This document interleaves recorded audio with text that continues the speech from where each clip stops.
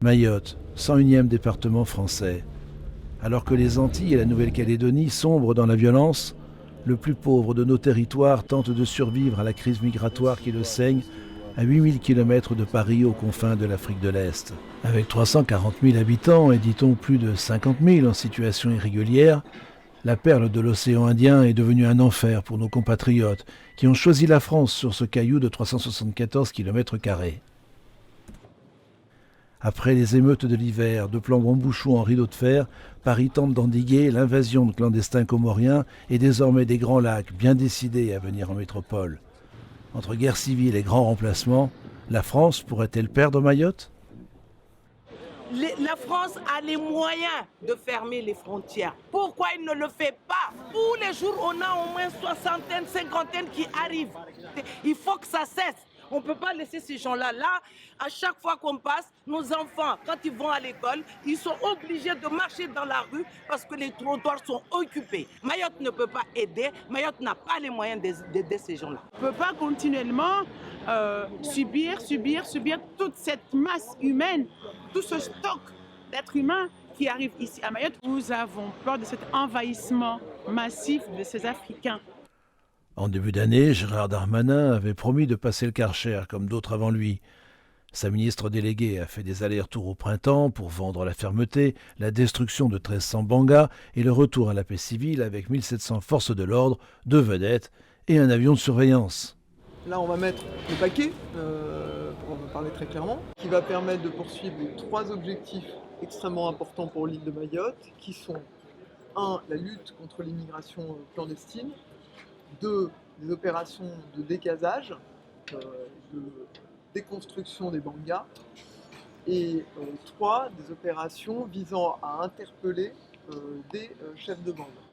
Sans oublier la sempiternelle promesse d'expulsion des OQTF à la presse locale, un peu blasée, oubliant de dire qu'un bureau d'accueil se charge aussi d'instruire des dossiers de demande d'asile des arrivants. Si on trouve des étrangers en situation irrégulière qui viennent de pays africains, on instruira leur situation administrative.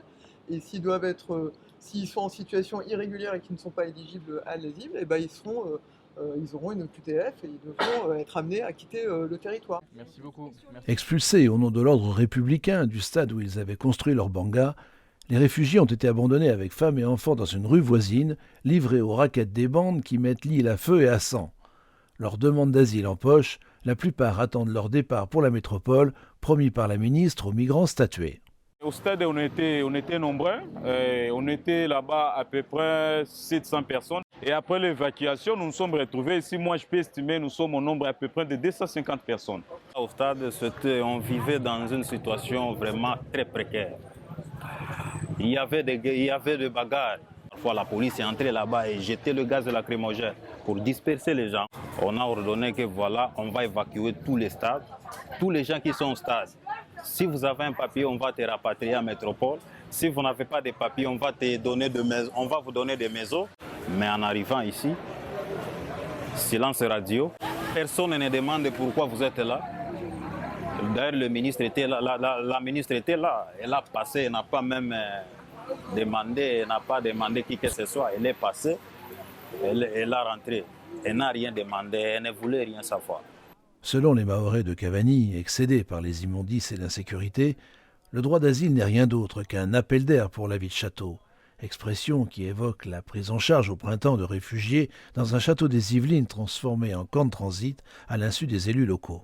Mais aujourd'hui, leur objectif, c'est pas rester à Mayotte, c'est aller en métropole. Donc, dès qu'ils ont vu qu'il y a eu un tas qui est déjà parti en métropole, ils sont tous venus regrouper à Cavani pour pouvoir avoir aussi cette chance d'aller en métropole, dans le château, le fameux château.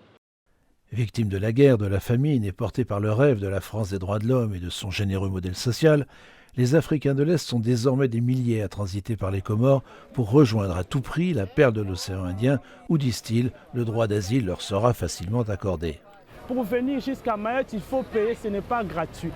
Mais le Kwassa, c'est le moyen minimum pour aider les gens qui n'ont pas l'argent pour prendre les grands bateaux. Vous arrivez à Mayotte, un endroit que tu n'as jamais vu, que tu n'as jamais vécu. Il faut chercher la route pour sortir ici parce que souvent, ils jettent les gens dans les villages. Et si les gens du village vous voyaient, c'est la gendarmerie qui vient vous récupérer.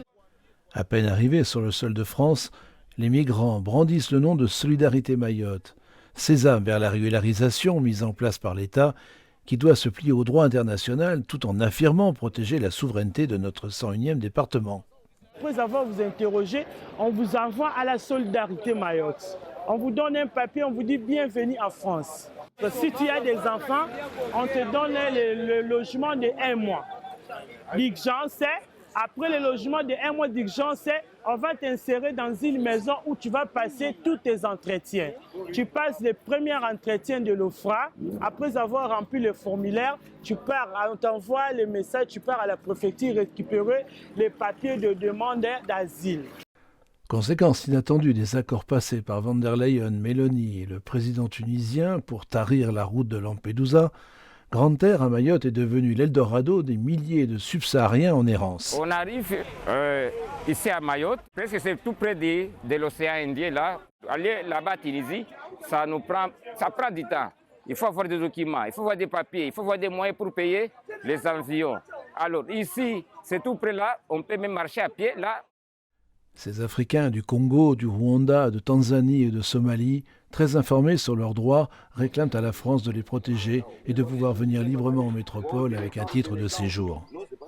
Je suis arrivé à travers la mer, l'océan Indien. J'ai été arrêté par la police à travers la mer. Et puis je suis allé au centre de rétention administrative. Ça fait déjà à peu près 2 ans que je suis à Mayotte. J'ai déjà obtenu la protection internationale auprès de l'OFRA. Moi, je suis un réfugié. C'est l'association Solidarité Mayotte qui accueille les demandeurs d'asile.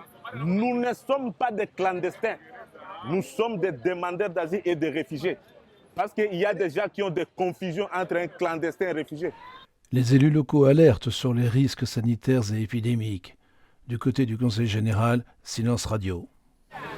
Je vis dans une calamité difficile. Il n'y a pas de toilettes, il n'y a pas l'eau, tout.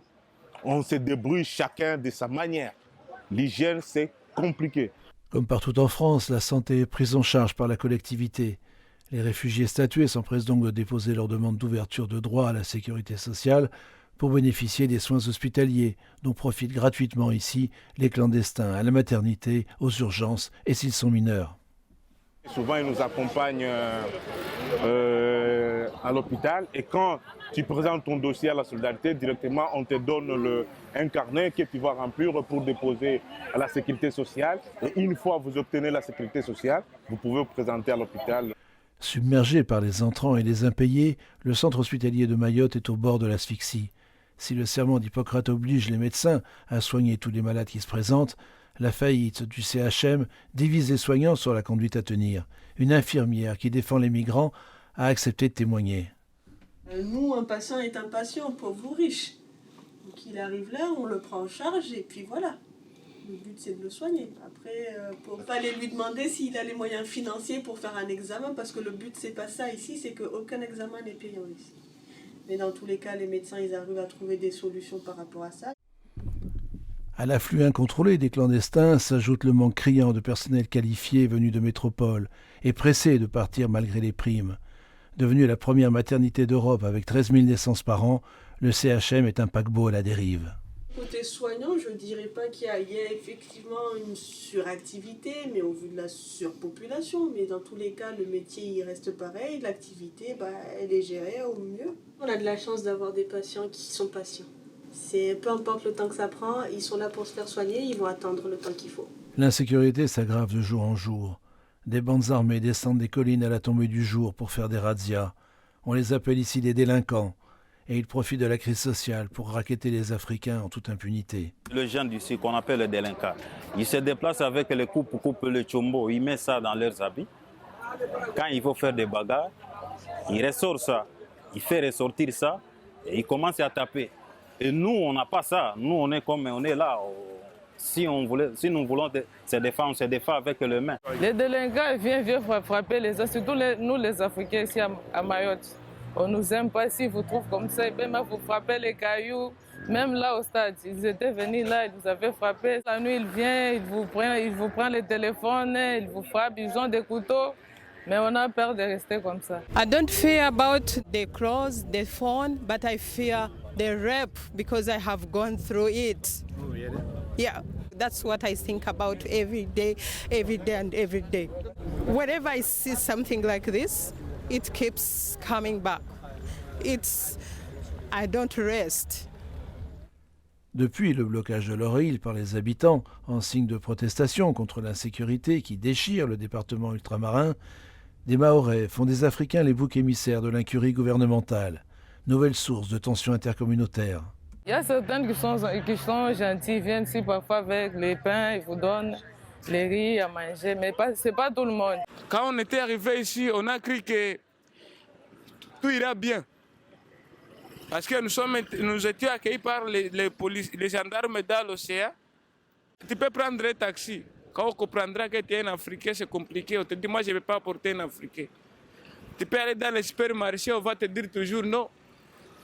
On ne veut plus des Africains ici. Il n'y a pas moyen de sortir vers 18h et aller une autre part. C'est compliqué, on peut te tuer, on peut te poignarder parce que les enfants d'ici ne blaguent pas.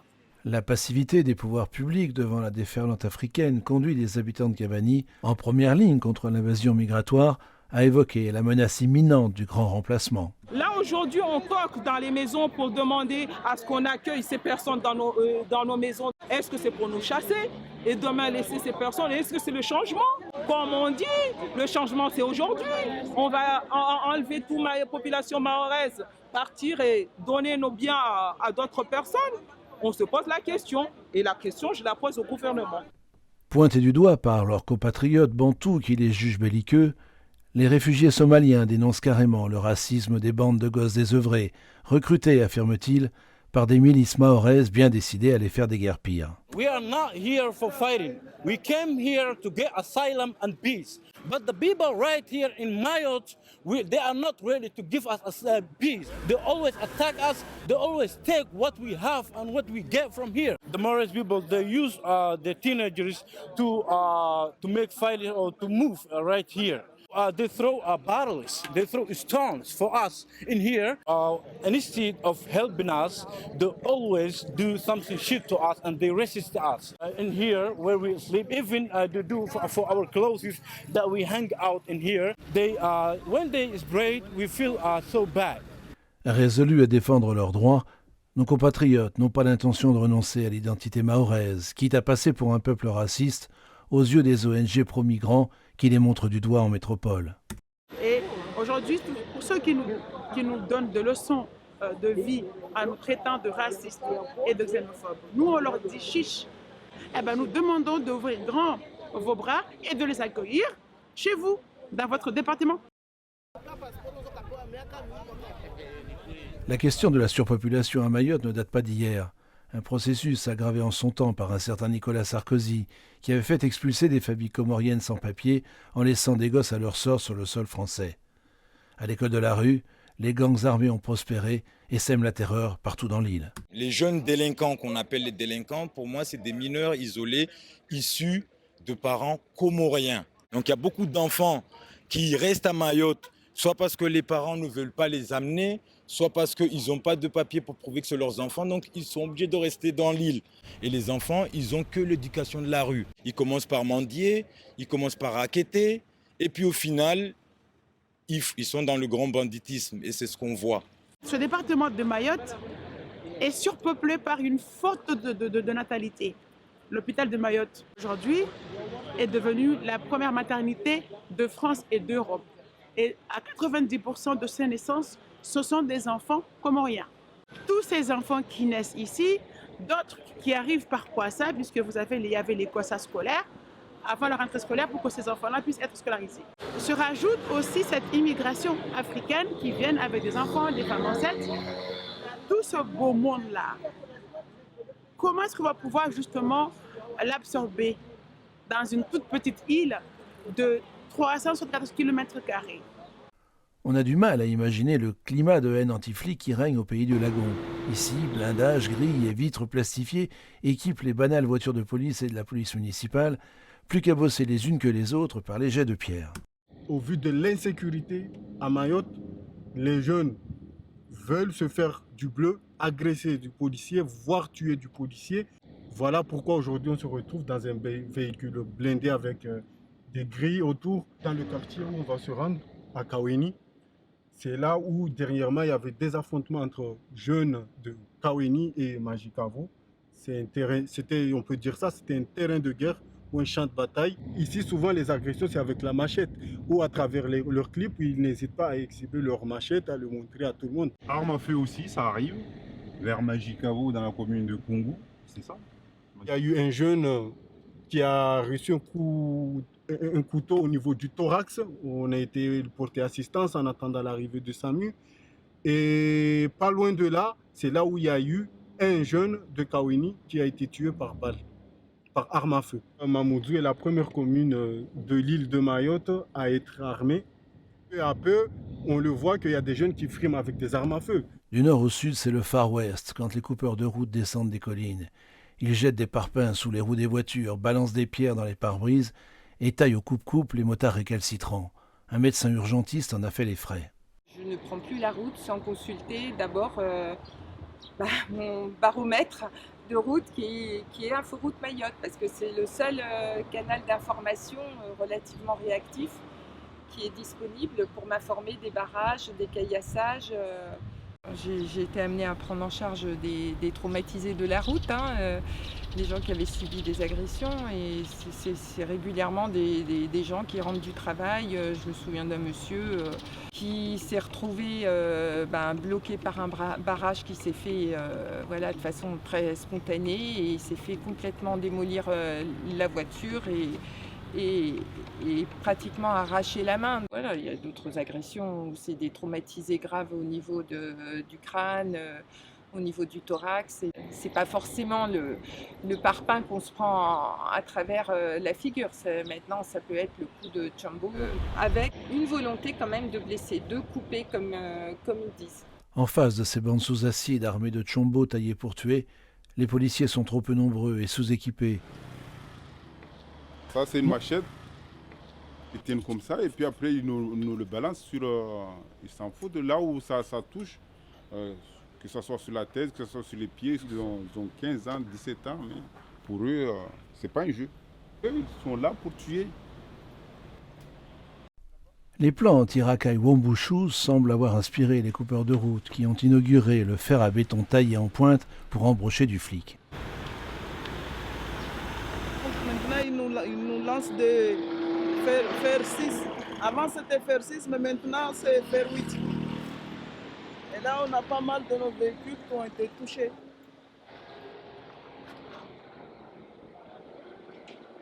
De la journée à la nuit, tout ça, on est là, on nous envoie ça.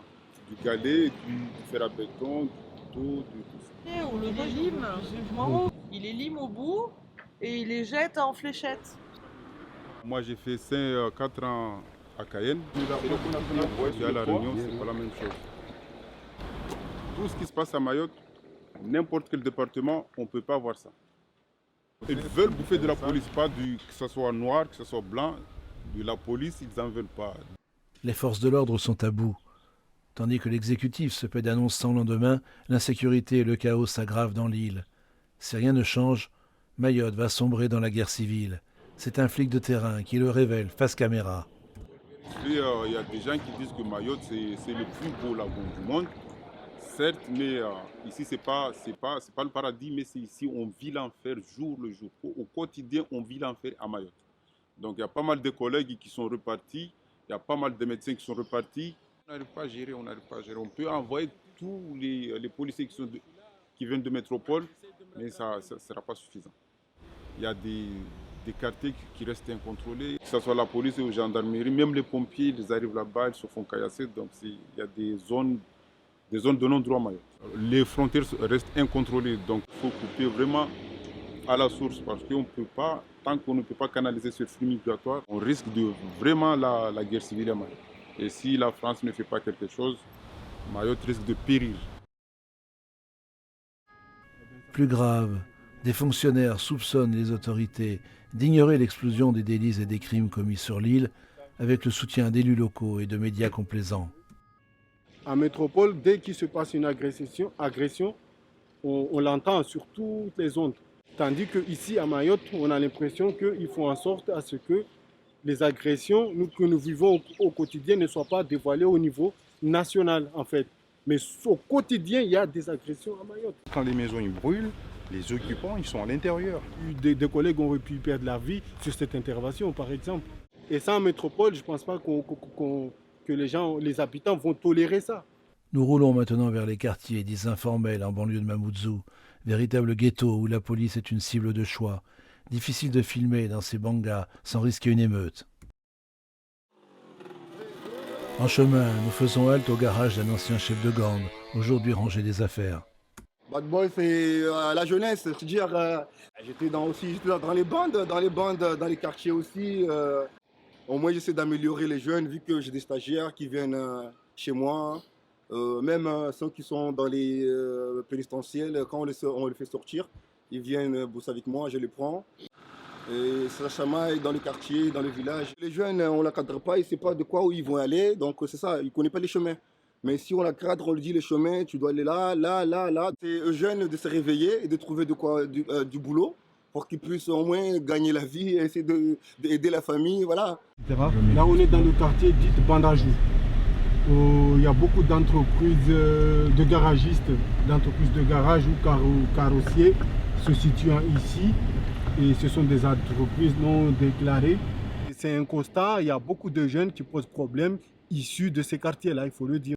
Donc ici se trouve la plus grande bidonville de France. Là, c'est un garage clandestin. Donc voilà.